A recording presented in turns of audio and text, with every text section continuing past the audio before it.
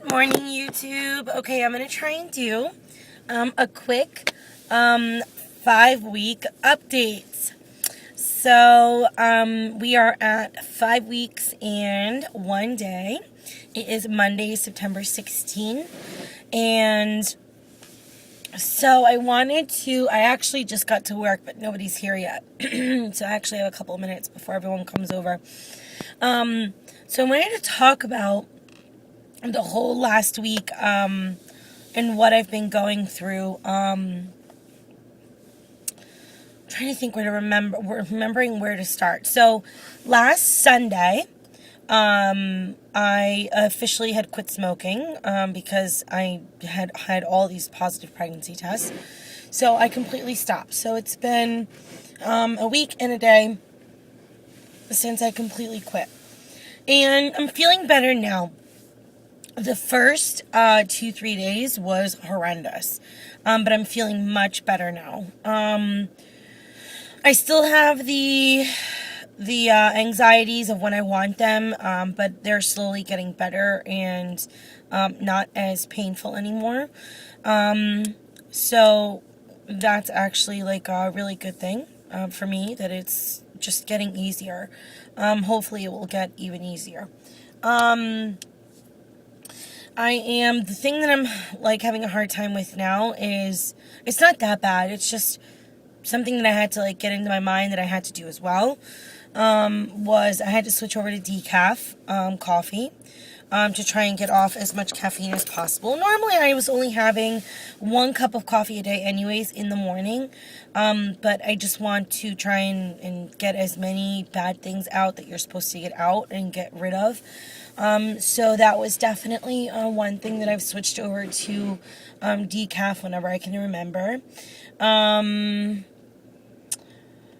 Now that we're getting into, I guess, like, I'm waiting now for my appointment, for my first appointment, which they've given me for October 12th. I have purchased 2 books. I purchased 1 book on my Kindle, and then I purchased a pregnancy journal. The book that I purchased was, what is it called? The 4th edition of Pregnancy, Childbirth, and the Newborn. I really like it so far. I mean, I'm only up through like the first, I guess, 12% of the book, so I have a lot to go still, but it's really good. And the other one was actually a pregnancy journal. So it actually explains to you day by day of the pregnancy what is typically happening on those days. So that was really cool, because sometimes you're like, I guess in the beginning, you want to know it all. You want to know what is going on, not just, every week what it's changing and what size it's becoming and how it's growing, but you want to know what's happening during the week with those changes, like what's growing, what's maturing. And so this is really cool. Like, it's a day by day, and it starts on the first day of ovulation. So I calculated that my day of ovulation, based on the data that I was recording, because I was recording cervical mucus flows on my phone. So the day that I recorded, the clearest and egg white kind of cervical mucus was on August 28th. So I started the journal on that day. So theoretically, I think I'm only around 3 weeks or so, I guess, gestational size to the baby, but technically we're at 5 weeks in 1 day, it's so confusing. It's like so messed up. Like, I'm just hoping that I'm going to keep my weeks, as far as what I'm going to be doing with the videos, is I'm going to keep it from first day of menstrual cycle, because I'm assuming that's how the doctors are going to keep it, just to keep it more organized, and to keep everything, straight.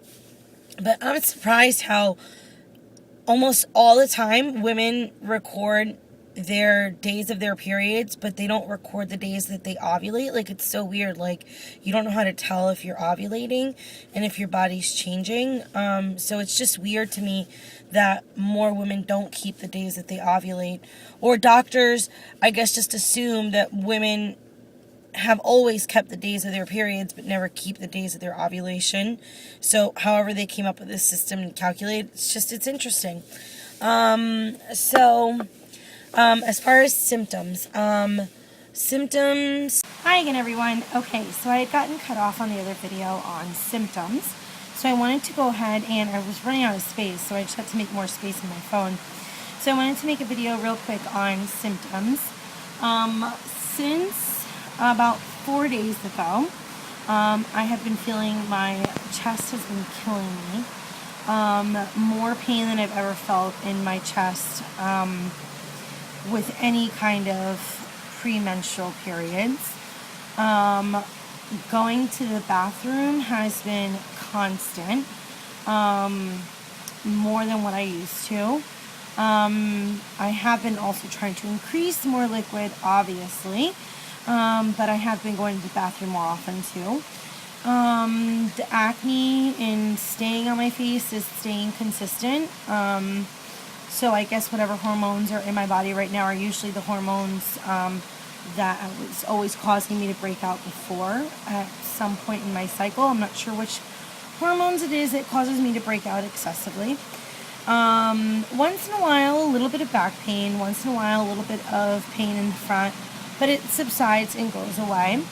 I've been doing a lot of moving around, so I'm trying to stay fit, even if I haven't been extremely fit and exercise savvy before. Like yesterday, we just went and walked around the farm for 3 hours. We probably walked a good 4 to 5 miles as we're going through a whole huge farm, apple picking and pumpkin picking and all kinds of stuff. So in flip-flops amongst gravel. So of course today a lot of pain throughout my body just because of, we don't normally go for 4 and 5 mile hikes with the dogs while we're apple picking through a farm. So then I wanted to tell you guys about, other symptoms. Only once did I get a whiff of something that was like really nasty in my car. Like maybe like an old coffee cup or something. So it was like old coffee and made me vomit. But other than that, no nausea or no vomiting yet. I'm sure it's on its way. And then that's pretty much it. Tiredness. I haven't really been feeling like super exhausted. But I have noticed that since I've been cutting back on caffeine and I'm only having decaf, that in the mornings I'm more tired. It's taking me a lot longer to wake up. And so I wanted to talk to you guys about other things that that we have done so far. But we'll do another video later. Bye. Hi again, YouTube. Okay, so I'm going to, sorry I was cut off again. I'm going to continue talking about some of the things that I did this past week. So I was talking about some symptoms, and I was talking about some things that I had already cut off, which being cigarettes, coffee, caffeine. If I have any pain in the future, I know that I can't go with, Excedrin. I know I'm going to have to switch to something smoother.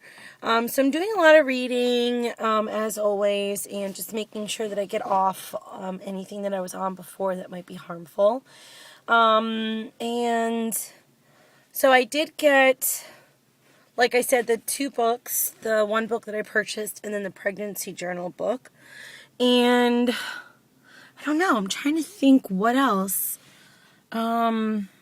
Oh, my hand's killing me holding this phone like this camera. I'm trying to think what else I had been wanting to talk to you guys about. Symptom-wise, I think I covered them all. I don't think there was anything else that was strange. I'm going to see what ends up happening, what new symptoms, or if any of the current symptoms get worse. I'm sure the nausea is going to be coming pretty soon. Although we're still pretty early, like everyone says. I'm only just at 5 weeks. So because you find out, I found out at 10 DPO, I found out really early. So obviously it's a long waiting game right now until that first appointment. And then that first appointment, well, really theoretically, I actually have an appointment this Saturday with my endocrinologist.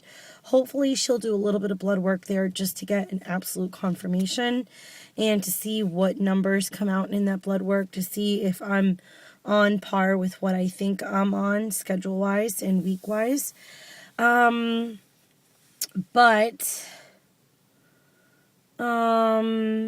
Yeah, I don't know. I don't know anything else that I can think of. Foods that I've been eating. I'm definitely doing healthy snacks like all day long.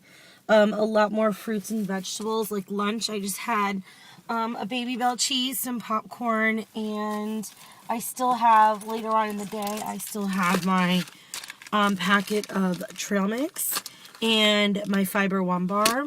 And I'm doing a lot of vitamin waters, vitamin water zeros all the time. So usually that's what I'm drinking with that. And then of course I have a yogurt, my Flips. And then I have one of my favorite apples, which is the Pink Ladies. I love them. They're so good. Okay, I'm trying to remember if I spoke about my prenatals that I got. I don't think I have yet. I did get prenatals that are called Brain Strong. The brand has one of the highest DHA levels of the over-the-counter prenatals that I could find. So they're called Brain Strong. I really like them. No weird effects. It's just a multivitamin with a DHA. A separate pill for it. There's no problem with it. I got mine at Walgreens, and I think they were like $21 for a 30-day supply. And so that's pretty much it. I've started feeling the symptoms. I've started a lot better proper nutrition. Tonight's dinner is a big vegetable soup since we got so many vegetables yesterday at the farm.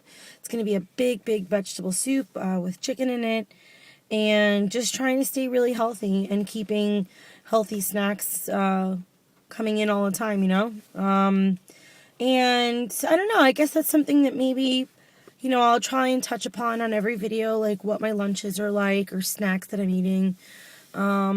Like today is just one of those days that I'm not having any meal for lunch. My whole day consisted of breaking it up into small snacks. So, for breakfast I had, like a hash mix, which was like, chopped potatoes,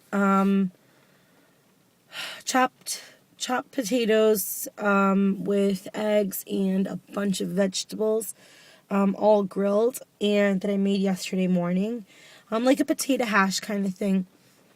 And then I had a yogurt, a Chobani, a small one, and